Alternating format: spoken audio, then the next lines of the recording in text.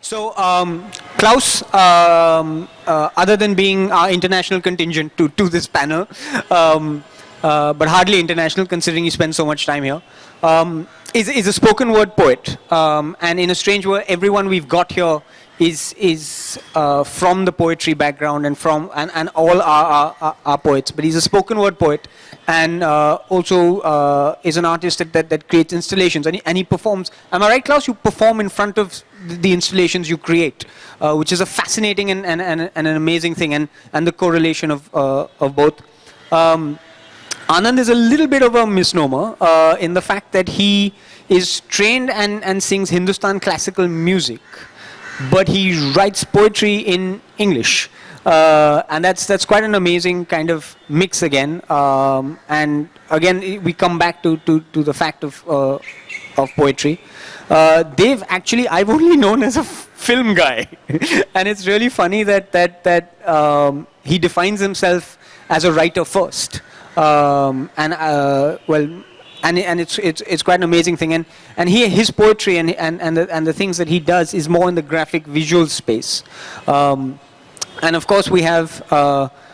Unlike a performance poet, we have a performer and a poet who's based in dance and is also writes poetry and performs it. So the first question I'm gonna just throw out there and go there and say, since we are a literary forum, and just quickly toss it out there and say, why poetry to start with? I know, Anand, it wasn't yours to start with. You developed both parallelly, but as writers or as artists in that sense, why poetry? Anyone want to pick that up? Poetry is not something I think that you go seek out actively. It was just something that happened to me, and there are a lot of people who I've spoken to, and I ask poets this, that when did you write your first poem, why poetry, and if you become a filmmaker or a novelist or a performance poet later, why poetry first? It finds you.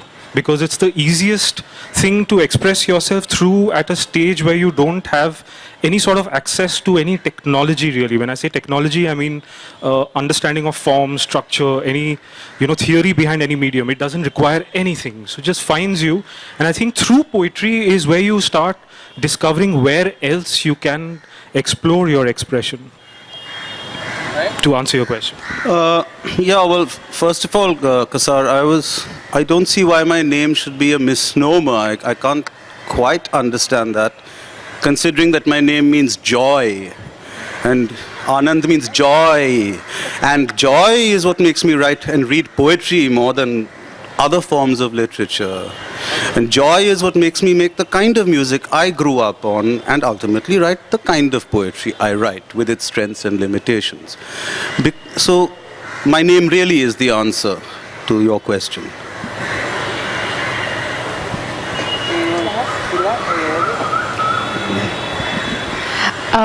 Yeah, I think when you said about poetry finding you, Neruda said poetry found me, and there is a point in your life when you give in to poetry, but then I think deciding to become a poet is a very different thing from just writing poetry. So that's like a major choice. So just writing poetry is fine. Most people have written a poem at some age or at some point in their life. But to say I'm a poet, to call yourself a poet, to decide to become a poet, that's a much more tricky and substantial decision to make. And for me, it happened when I was 20. And it was a moment. I did have a moment. I was studying business administration. I was on a very clear-cut path. I discovered poetry, contemporary American poetry primarily, and it just blew my mind, and I thought, no, this is what I want to do. And it changed the path of my life. And then ever since then, I've been trying to figure out how does one live as a poet, because it's a very difficult thing to do. But it is the thing that defines me, no matter the fact that I write fiction or dance or do whatever. I'm a poet first. So.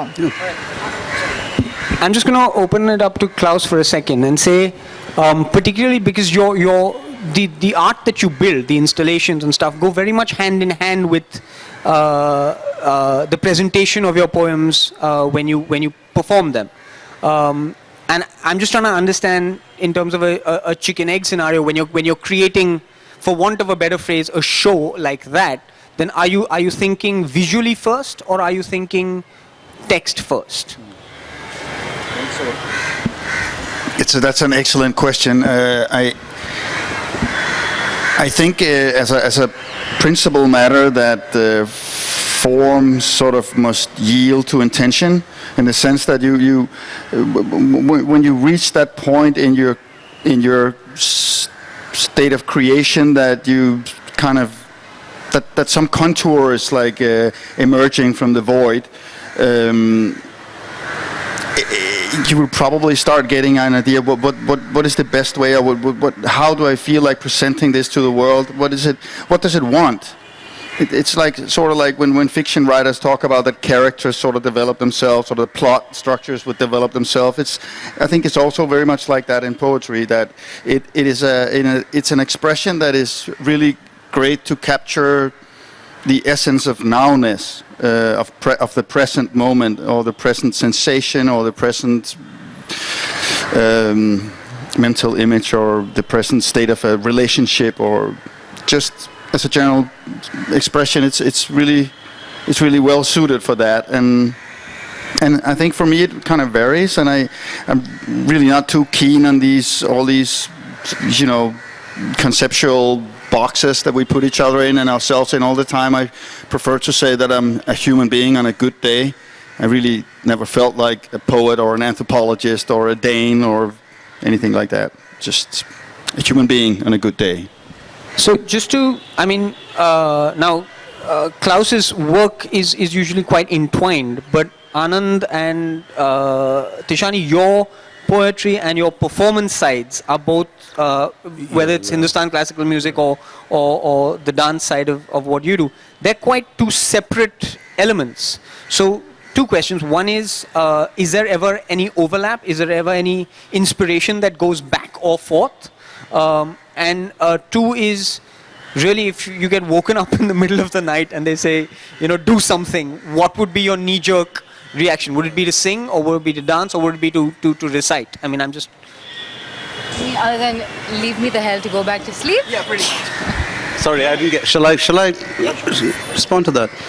Well, it's very interesting because Klaus's work seems to involve a very close dependence between text and visual image, or the two things seem to happen simultaneously in the same space.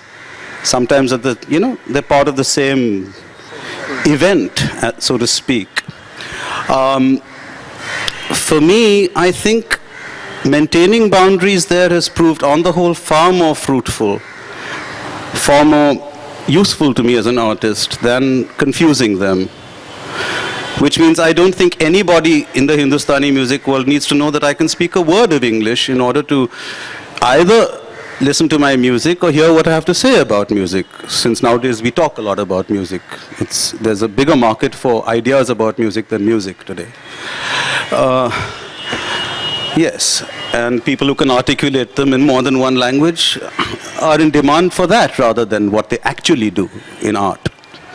But to come back to this, Tishani and I both come from disciplines in which we've really learned this from gurus and in traditions that teach us to perceive certain things in certain ways at a very young age, right? And our writing has had to, in some way, correlate to that traditional aesthetic, in some way. How does this happen is a very interesting question. With me, I know the idea that nobody has to know that I sing in order to read my poetry. I don't remember singing Dolly at any of my Hindustani concerts, but at any number of readings. And that's important. However, over the years, discovering that this is me, that I'm not two people, I'm not one persona here and another one there, has been a lovely experience. It's a huge relief to know that the personality at work, whether I'm working in sur, lay, raag, taal, bol, इसमें काम कर रहे हैं, हम बैठे हैं गाने को लोगों के सामने या बोल रहे हिंदी, या whether I'm composing verse in English in free verse or attempting some sort of classical exercise just for the heck of it. I'm one person, a single personality, and I didn't know that at 18 or 20. I know that at 14. So is there a lot of back and forth between the two forms at all? Do you think that one inspires your writing and the other way around? All the time, really, because I'm singing for about 3 hours in the day and writing for about 3 hours in a day on average. So, I mean, I'm sort of flowing in and out. And that means I'm also flowing in and out of Hindi and English and music and the spoken word. Song and speech, basically. So does the classical training, in a sense, for both of you, does that inspire the writing in any way? I do not wish to write the kind of poetry that is written to be sung. Right. Okay. And I do not wish to make the sort of music that is interesting because it's got nice words in it. Right. I want to escape both things. Basically, I just wanted to clarify, I don't work in a classical tradition. So I worked with a dancer who was a Bharatanatyam dancer, but then went on to do contemporary work. And I didn't start at a very young age. I became a dancer when I was 25. I'm now 40. So I have worked for 15 years in a tradition that is not something that I aspired to do, not something I wanted to do, but something I fell into. And like you say, it has become a great part of me as well. So in a way now I can't think of myself not being a dancer, although the body has its limitations. So I'm looking ahead and I'm saying at some point I'm going to have to stop this because the work I do is also extremely strenuous, extremely physical, and I don't know how long I can do it. And then I wonder, how will my writing change? Because for all the years that I've been a writer, in fact I was a dancer for 5 years before I published my first book. And so all my sense of what I was doing came from dance first. But I had always wanted to, I had been wanting to write longer. And I think these things overlap and speak to each other. And in terms of my work, there's like this definite sense of rhythm and time. Because in dance, like we have this internal, like a talam that you're just keeping.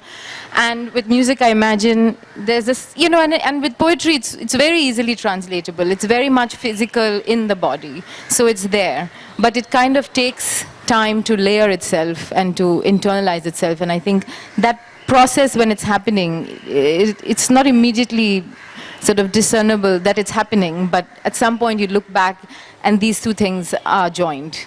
I'm reminded of a quality in a poem by Tishani, which I read many years ago. I think we're in the same anthology somewhere. It's you walking through the Musée Rodin, and she has Rilke following her. Isn't that right? Now, what struck me about that poem when I first read it was how beautifully the body of the speaker negotiates the space of the museum. So there's this sense of movement in Tishani's poetry in which the body has to say something. A part of the body suggests a hell of a lot about the space around it. I actually felt that when I read your work. So, as a reader, I'd like to just... So, sorry, just bringing Dev into this, because Dev's work, particularly as a poet, is almost to be seen as opposed to read aloud, in a way. And you come from quite a visual medium in that sense. And for some reason, all the poems that you guys work with seems to capture movement. Obviously in a more dynamic way in your case. But even the graphic art that you're working with tends to always lend towards flight or pull in some way. So when you write something, are you thinking visually, or are you thinking in movement? Is the question. I'll have to trace my journey back like 30 years to answer that, because interestingly, and it's not public knowledge, the first 18 years of my life I was a singer and a dancer. So my... क्या कहने हैं जी, हम किनके साथ बैठे हैं इधर, हमें मालूम ही नहीं है अभी. I don't know whom I'm sitting with. So in fact, my earlier work, and it was not that visually driven. So in my advertising years, when I started messing with graphic art, I started giving it a graphic context, and I saw my writing become more visual.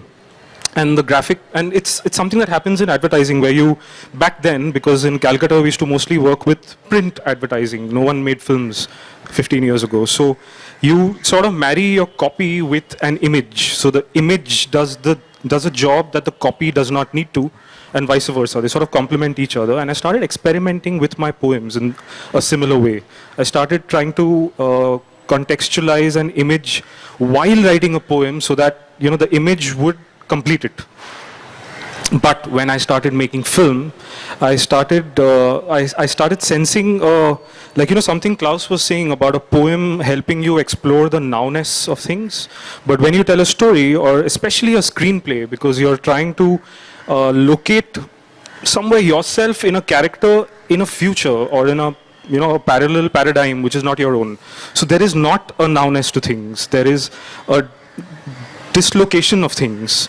You are somewhere else, you are somebody else. And that process was doing something in a very subconscious way to my poetry. So now when I've started in the last 2 years reading my poems aloud at cappuccino readings, at different platforms, they've become more spoken oriented because of all those years of dialogue writing. So it's almost like my life's divided into 18, 19-year-old halves.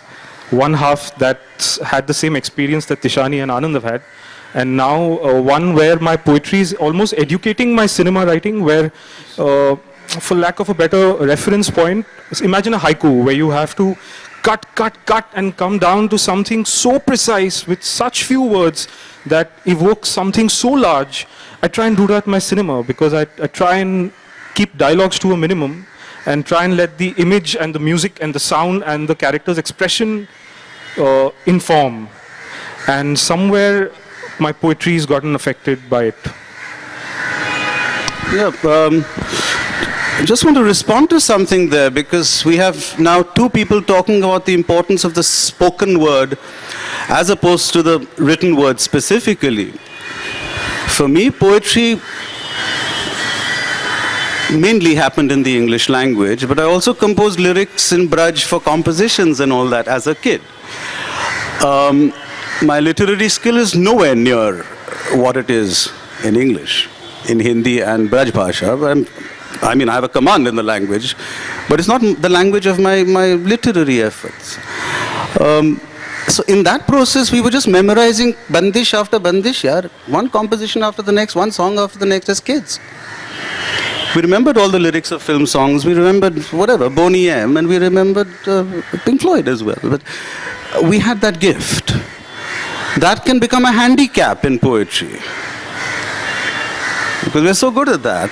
As actors, singers, even dancers would have to know poetry, the poetry they're dancing to. So I worked orally for most of my first book. I mean, even 3-page poems I composed walking around and then put them down. And I stopped doing that, and it was a huge relief.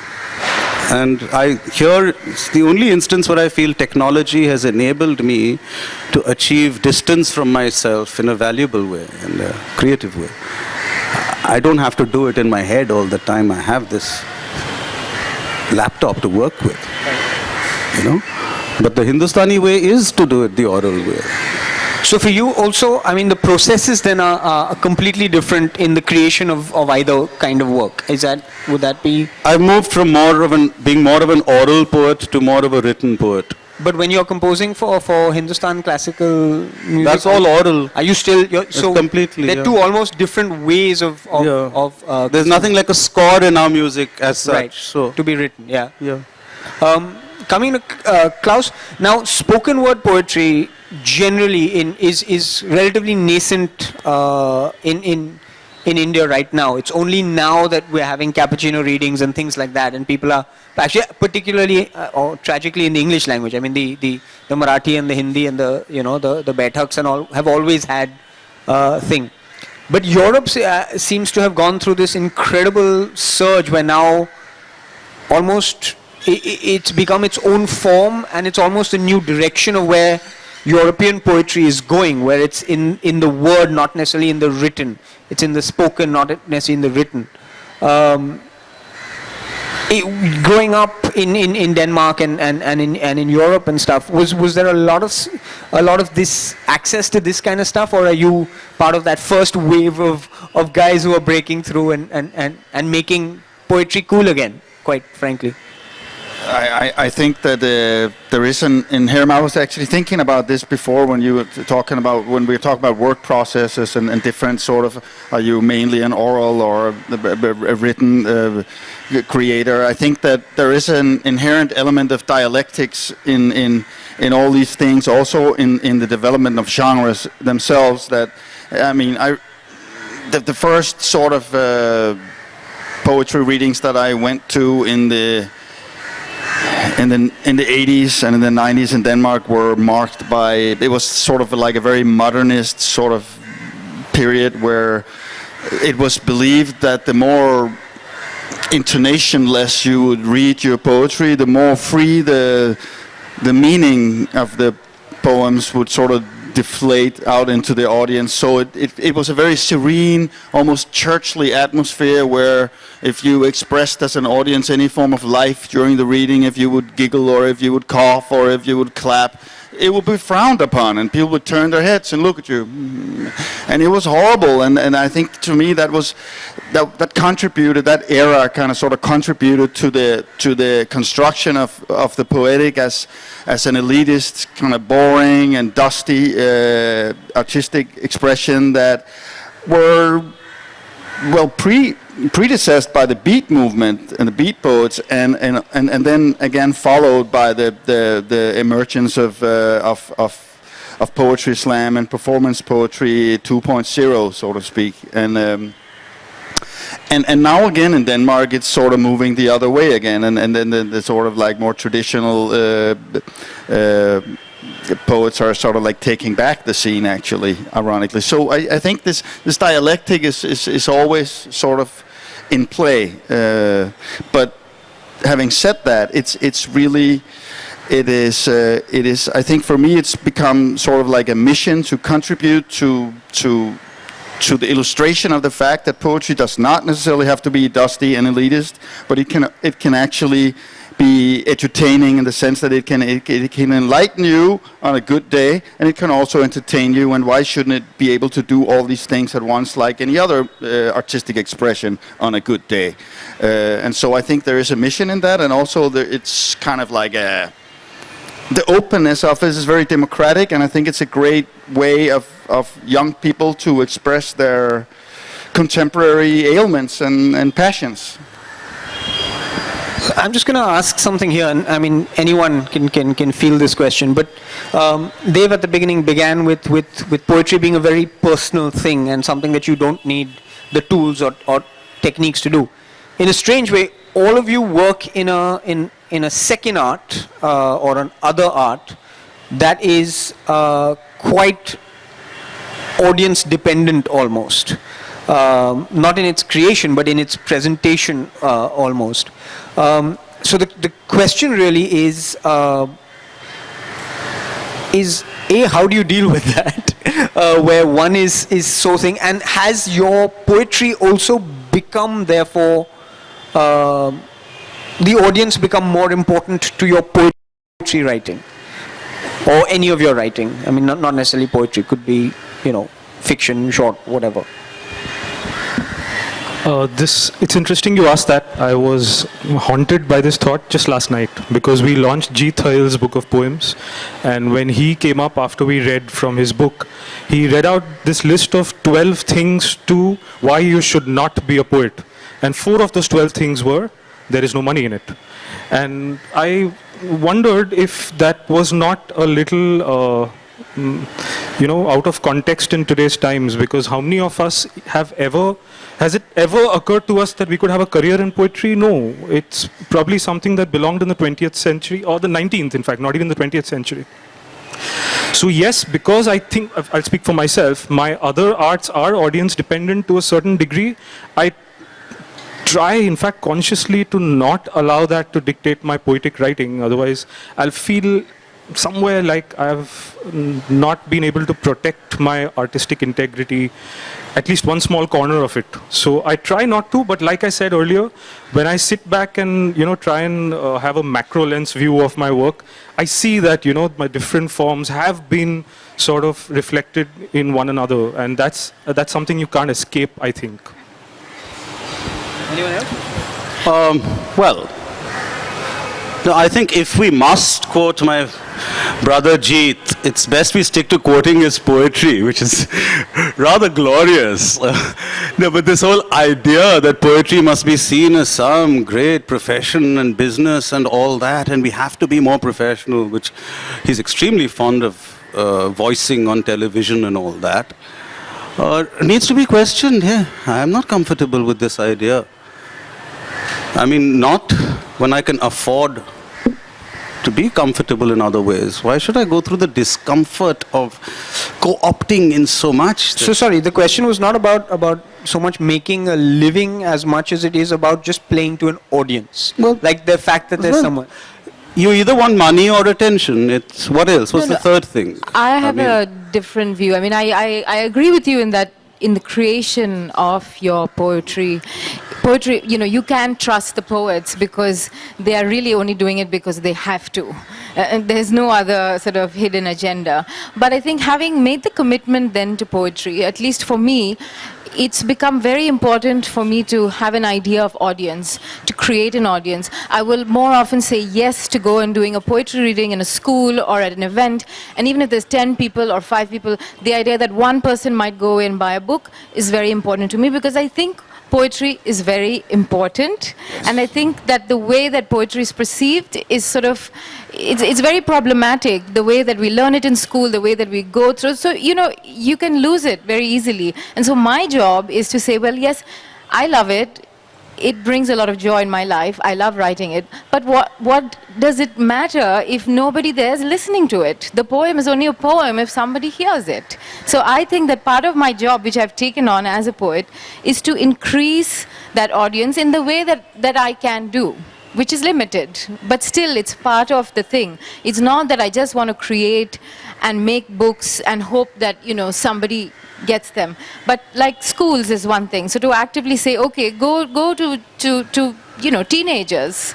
Say, hello, I'm a poet, I'm not dead, and I'm not a ex-white man or whatever. That there are people who are writing poetry that are alive and walking around today and are talking about things that, you and I care about. So I think that's the way I look at it.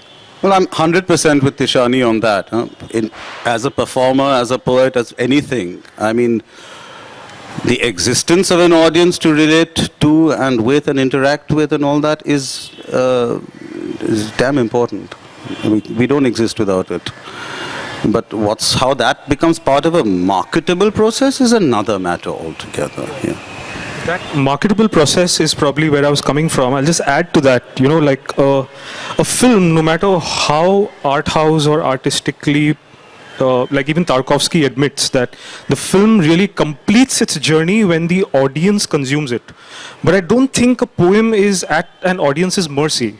It will still exist and have its, complete original form and intent even without the audience's involvement in it. But yes, we actively seek out our audiences. Even for me, it's an agenda to actually go out there at all these symposiums and read poetry so that more people think that it's a viable tool to express something. That's all. Because we're learning to forget it. Because of the way it's taught in schools. We are taught Shakespeare still. I have nothing against Shakespeare.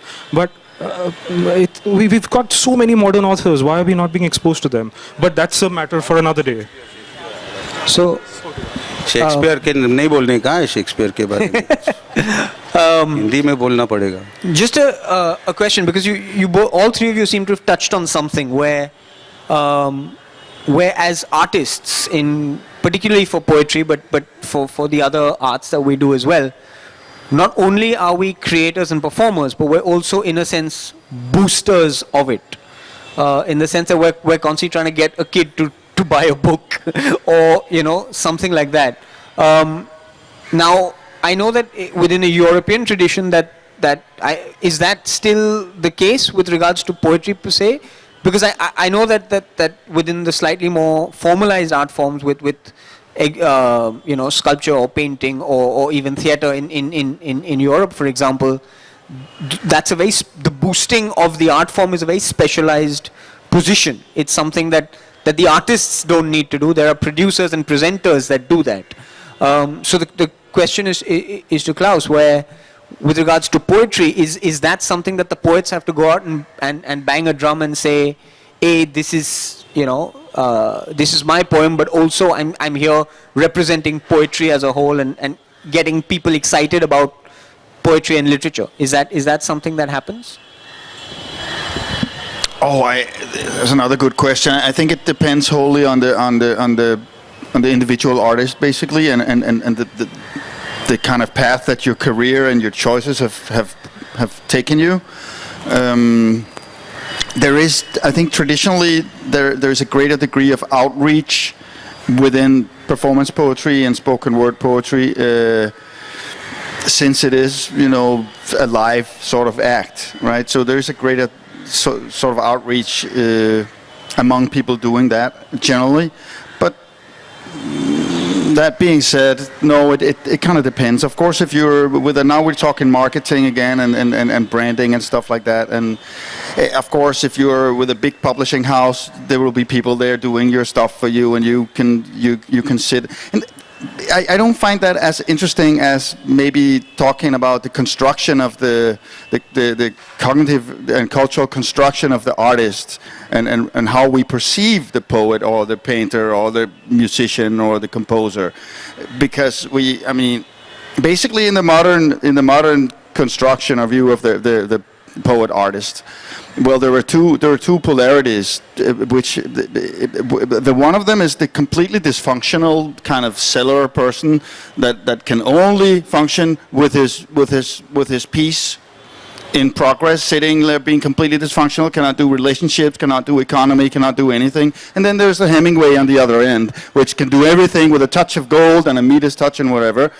And that sort of changed, at least in Europe, into like some kind of a functionary artist, functionary poet, academically trained, creative writing class trained functionary, where as opposed to the prior modernist constructions, where both of the polarities were outside of consensual reality, looking into it, not being accountable. The functionary artist is completely accountable, have to be politically correct, have to stand up for your product and be part of society in a different way. And I think it's time that we, again, dialectically move away from that and into an era where we perhaps understand the artist poet as more of a sort of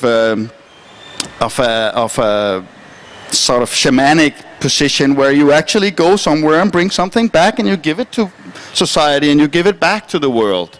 And I think that's for me that's much more interesting to look at these processes and instead of talking marketing and branding, because that's really tedious. People might be necessary, but it's really tedious. Just coming, sorry, you mentioned there about process, and that spun off something else.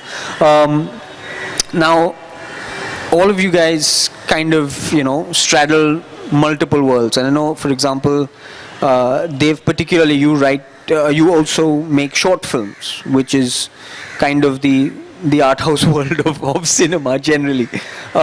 So just to start with you, is the instinct as a writer, do you write a short story first? Do you see the film first? I mean, I'm just trying to understand process-wise with regards to, particularly you're working in a visual medium, even as a visual graphic artist, poet.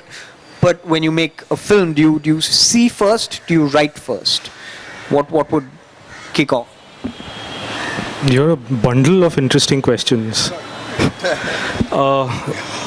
If I have to distill this into one slightly oversimplified process, it would be, and it might sound a little odd, but I'll try and explain myself, it would be character. And it's, again, something that I've understood only in retrospect, after 15 years of trying to negotiate these different paths. With even a poem, even if it's me writing it about an experience I had, I have tended to become this person who's removing myself from that me, making that me a character, and setting that character on that poetic journey, and a poem forms. So I, even with short stories or short films or even a feature, I keep trying to, don't try to, but almost by default, I come up with this repository of characters that I'm living with all the time. And when an opportunity presents itself, when I say opportunity, I don't mean a market-dictated opportunity. Maybe just a day when I'm feeling a certain way, I try and see which of these characters today is going to listen to me and talk to me. I pick that character, and that character sort of tells me what it wants to be. Does it want to be a film? Does it want to be a short film? Does it want to be a story? Does it want to be a poem? Now, I'm oversimplifying. I mean, sometimes there are other factors in the mix, but generally it's that. I sort of have been able to distill my process into letting the character dictate my journey and dictate even the medium that I choose to undertake that journey. So this character is what we call Saraswati. You call Saraswati. What one would call a guiding energy that tells you what to do as an artist just now. Or where to go See, just I now. can't deny that, but I'm... As an, yeah. as an image. I mean, let's just look at it from this very traditional point No, but see, of view sometimes it's for a not while. that energy that's guiding me. I'll give you an example. So 4 years back, I traveled the Adivasi areas in Orissa, Chhattisgarh and Andhra Pradesh to try and understand what that situation was about, where people were losing the land and why companies wanted to mine it. And that became a guiding force for me to come up with a certain kind of stories and a certain kind of poems. So it wasn't that energy as much as it was an energy of protest. Yeah, and but that something, the consciousness that tells you whether to make this prose or poetry. Which is what I'm saying. I can't deny that. Has to be but something I'm not strong. All I'm trying to say is it's not that linear. It's not those two dots alone that are getting Cannot connected. coincide. Good.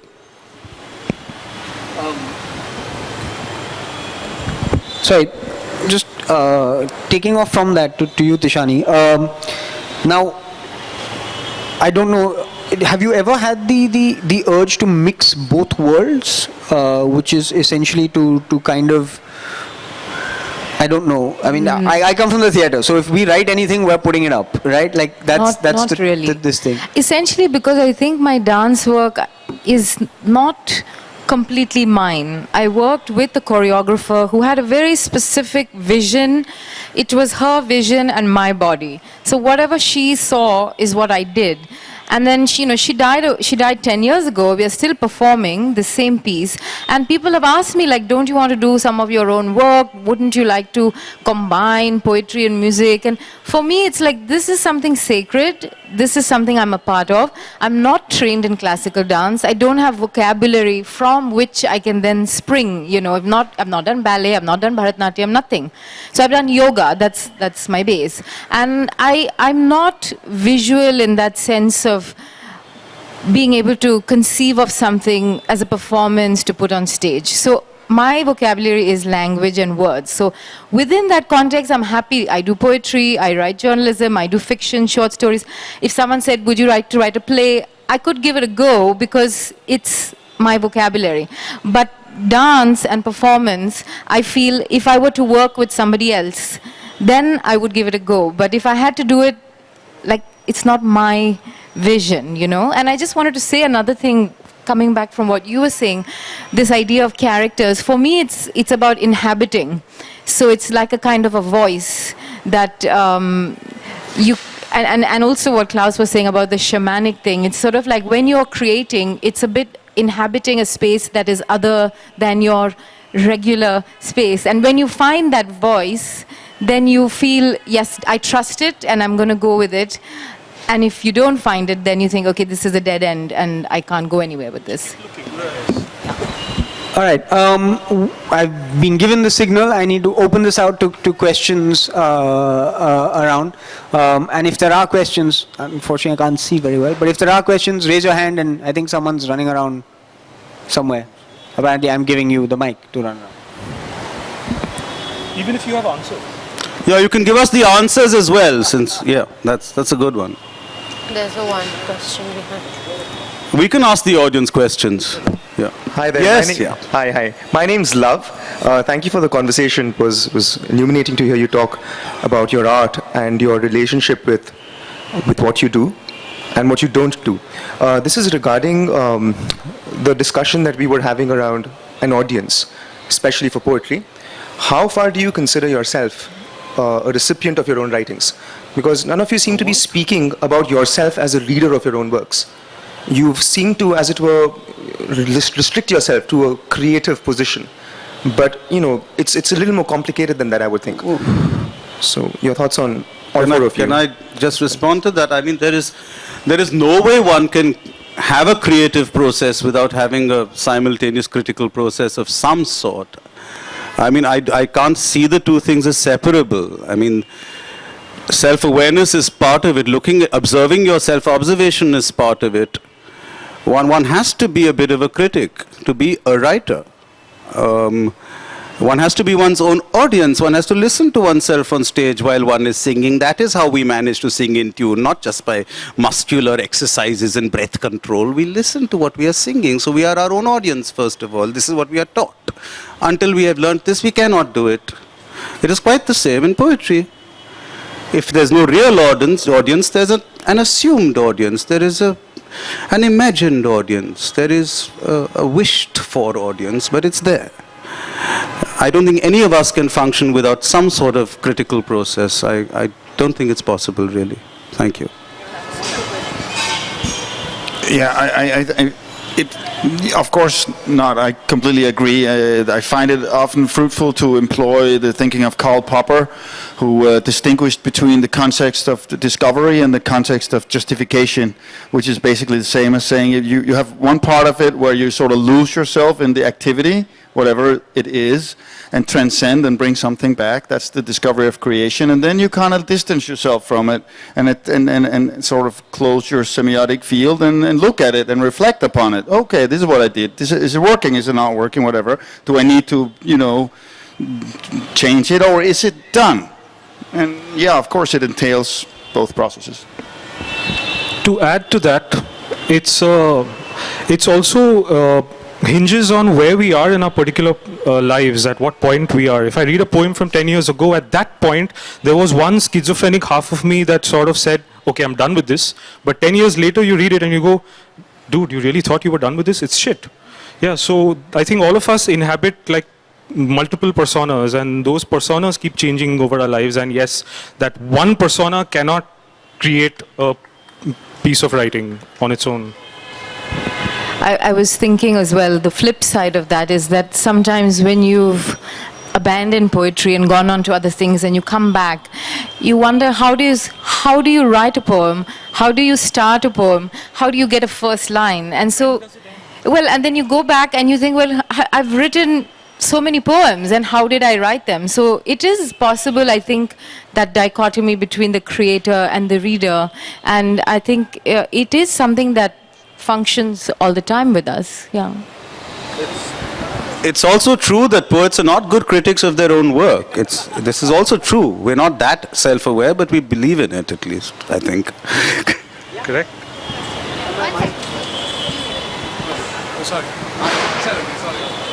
Since you all work in multiple mediums, can you talk about the medium in which you feel most at home or most comfortable, and whether that allows you to be more expressive, or whether the anxiety of being in a medium where you're not as comfortable pushes you to be more expressive? There's a medium in which one is more comfortable. And that's why you be expressive. Or because you're in a medium which is not that comfortable, you can therefore it pushes you to be more expressive. Which I don't mind. no kind of Well, I guess I'm old enough now to be talking about old secrets in public and all that, how performers feel about the stage, and how comfortable it is to be a poet alone with a page in a room by contrast. And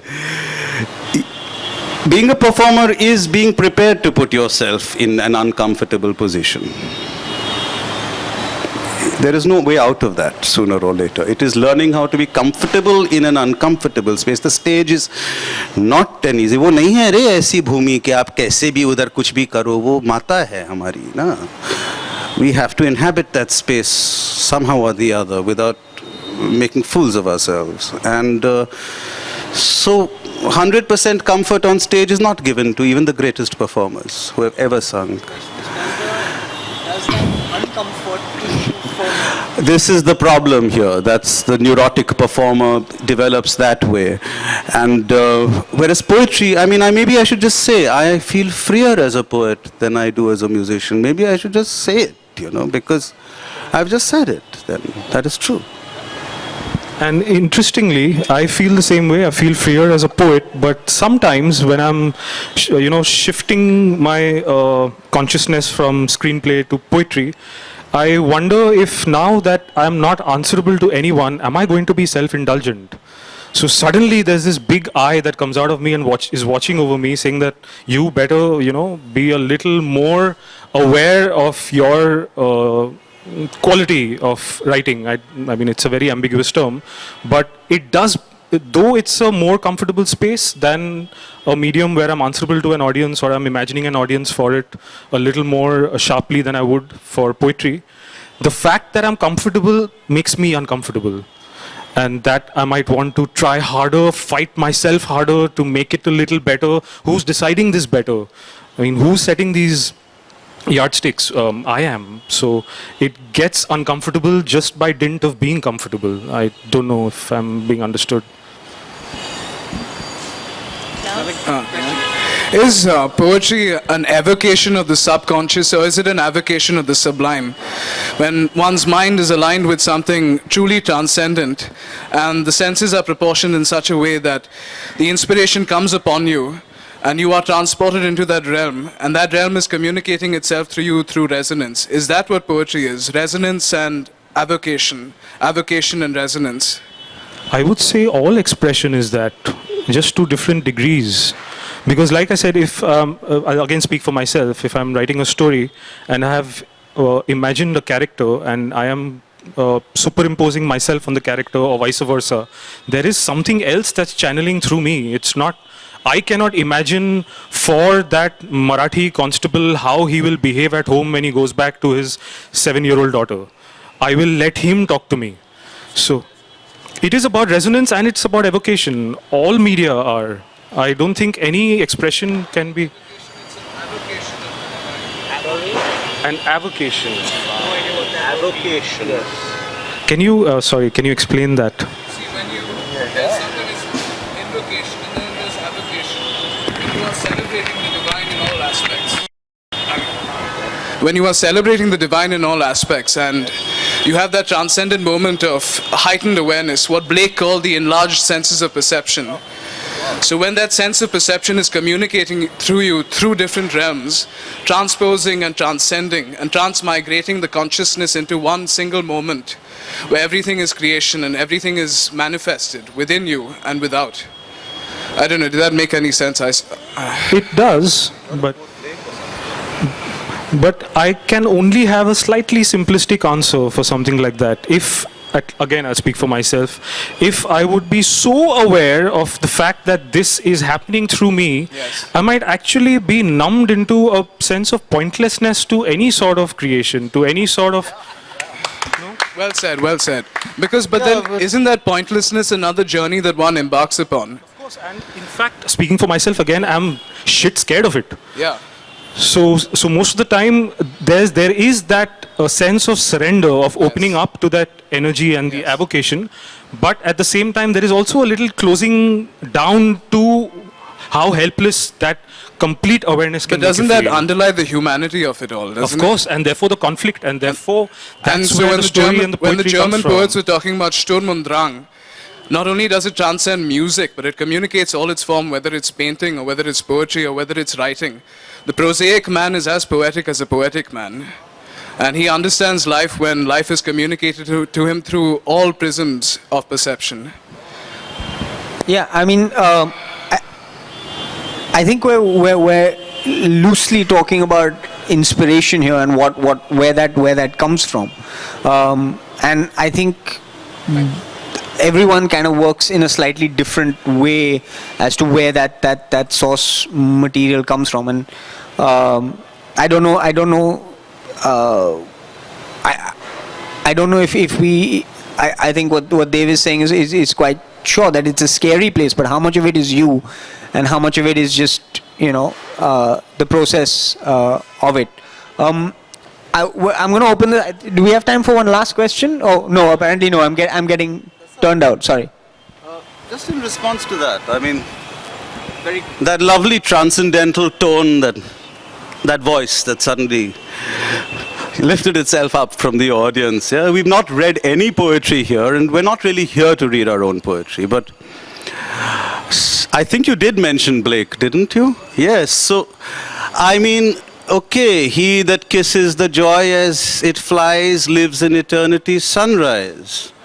But what does Blake hear in London streets?